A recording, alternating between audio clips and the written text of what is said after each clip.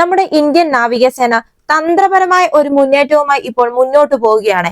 അതായത് ഇന്ത്യൻ നാവികസേന നേരത്തെ ആസൂത്രണം ചെയ്തത് 3 കാരിയർ കപ്പലുകൾ വികസിപ്പിക്കുന്നതിന് വേണ്ടിയിട്ടായിരുന്നു.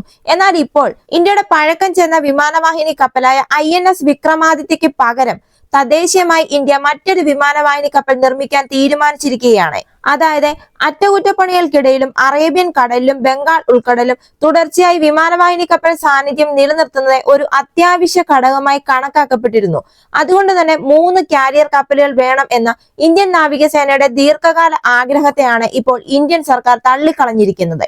അതായത് ഇപ്പോൾ 2038ഓടെ പ്രവർത്തന ജീവിതം അവസാനിപ്പിക്കുമെന്ന് പ്രതീക്ഷിക്കുന്ന INS വിക്രമാദിത്യക്ക് പകരം ഇന്ത്യ തദ്ദേശീയമായി നിർമ്മിക്കുന്ന IAS-2 വികസിപ്പിക്കുന്നതിനാണ് ഇന്ത്യ ഇപ്പോൾ മുൻഗണന നൽകുന്നത്.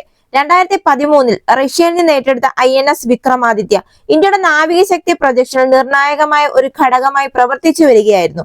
എങ്കിലും ഇതിന്റെ സേവന ജീവിതം അവസാനിക്കുമ്പോൾ IAS-2വിന്റെ തദ്ദേശീയ വികസനത്തിൽ ശ്രദ്ധ കേന്ദ്രീകരിക്കാനാണ് ഇന്ത്യൻ നാവികസേന ഇപ്പോൾ തീരുമാനിച്ചിരിക്കുന്നത്. നിലവിൽ ഇപ്പോൾ ഈ പുതിയ കാരിയർ ആസൂത്രണ ഘട്ടത്തിലാണ്. ഇത് ഇന്ത്യൻ നാവികസേനയുടെ നിലവിലുള്ള 2 പ്രവർത്തന വിമാനവാഹിനി കപ്പലുകളുടെ ശക്തി നിലനിർത്തും എന്ന് ഉറപ്പാക്കത്തക്ക രീതിയിലായിരിക്കും ഇതിന്റെ വികസനം. ഏകദേശം 65,000 ടൺ ഭാരമുള്ള ഈ കപ്പൽ electromagnetic aircraft launch system, advanced arresting gear എന്നിവ പോലുള്ള അത്യാധുനിക സാങ്കേതിക വിദ്യകൾ ഉൾപ്പെടുത്താൻ കഴിയും എന്നും പറയുന്നു. ഇപ്പോൾ ഈ IAC-2വിന്റെ നിർമ്മാണം വിമാനവാഹിനി കപ്പലുകൾ രൂപകൽപ്പന ചെയ്യാനും നിർമ്മിക്കാനും ശേഷിയുള്ള ചുരുക്കം ചില രാജ്യങ്ങൾ ഒന്നെന്ന നിലയിൽ ഇന്ത്യയുടെ സ്ഥാനം കൂടുതൽ ശക്തമാക്കുകയാണ്. അതായത് നിലവിൽ US, UK, Russia, France, China എന്നിവയ്ക്ക് മാത്രമാണ് ഈ ശേഷിയുള്ളത്. ആദ്യത്തെ തദ്ദേശീയ കാരിയറായ INS വിക്രാന്ത് 20,000 കോടി ചെലവിൽ കൊച്ചിൻ ഷിപ്പ്യാർഡിലാണ് നിർമ്മിച്ചത്. 2022 സെപ്റ്റംബറിൽ ഇത് കമ്മീഷൻ ചെയ്യുകയും ചെയ്തു. INS വിക്രാന്തിന്റെ നിർമ്മാണ സമയത്ത് വികസിപ്പിച്ചെടുത്ത വൈദഗ്ധ്യവും അടിസ്ഥാന സൗകര്യങ്ങളും ഇപ്പോൾ നിർമ്മിക്കാൻ പോകുന്ന IAS-2വിന് പ്രയോജനപ്പെടുത്തും എന്നാണ് പ്രതീക്ഷിക്കുന്നത്. ഇത് ഇന്ത്യയുടെ ആഭ്യന്തര കപ്പൽ നിർമ്മാണ വ്യവസായത്തെ ശക്തിപ്പെടുത്തുകയും ചെയ്യും.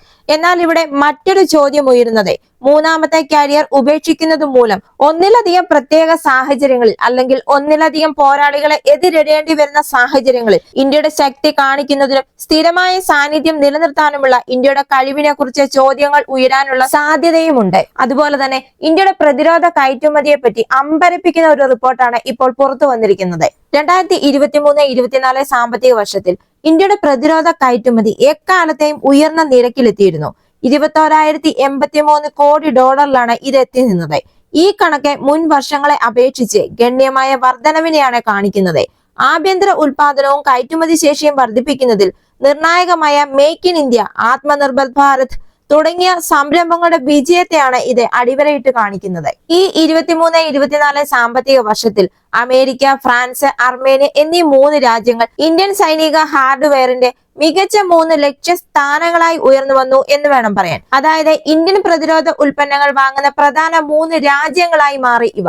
ഇതിൽ അമേരിക്കയുടെ കാര്യം എടുക്കുകയാണെങ്കിൽ ഇന്ത്യൻ പ്രതിരോധ ഉൽപ്പന്നങ്ങളുടെ പ്രധാന വാങ്ങുന്ന ഒരു രാജ്യമായി അമേരിക്ക മാറി. പ്രത്യേകിച്ച് ഉപസിസ്റ്റങ്ങളിലും ഘടകങ്ങളിലുമാണ് അമേരിക്ക ശ്രദ്ധ കേന്ദ്രീകരിച്ചത്.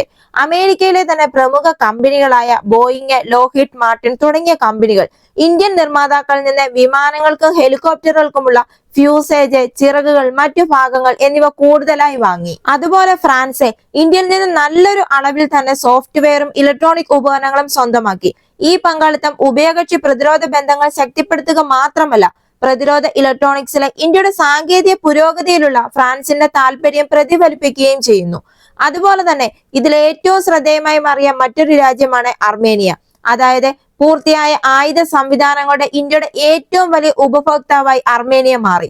കഴിഞ്ഞ 4 വർഷത്തിനിടയിൽ ആകാശ് വ്യോമ പ്രതിരോധ മിസൈൽ സംവിധാനങ്ങൾ, പിനാക്ക മൾട്ടി ലോഞ്ച് റോക്കറ്റ് സംവിധാനങ്ങൾ, 155 mm പീരങ്കി തോക്കുകൾ എന്നിവയുൾപ്പെടെ നൂതന സൈനിക ഹാർഡ്വെയറിനായി അർമേനിയ ഒന്നിലധികം കരാറുകളിലാണ് ഒപ്പുവെച്ചത്. പ്രത്യേകിച്ച് അസർബൈജാനുമായുള്ള അർമേനിയയുടെ സംഘർഷ സാഹചര്യങ്ങൾ അർമേനിയ ഏറ്റവും കൂടുതൽ ആശ്രയിച്ചത് ഇന്ത്യയാണ്.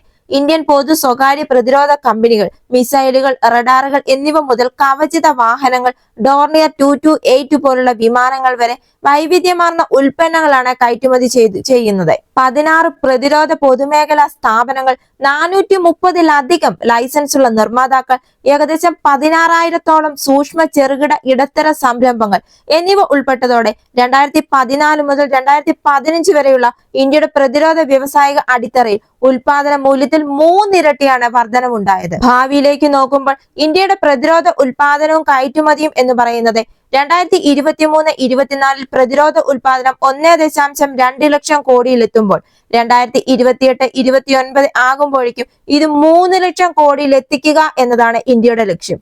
അതോടൊപ്പം 50,000 കോടി രൂപയുടെ ആയുധ കയറ്റുമതിയും ഇന്ത്യ ലക്ഷ്യമിടുന്നുണ്ട്.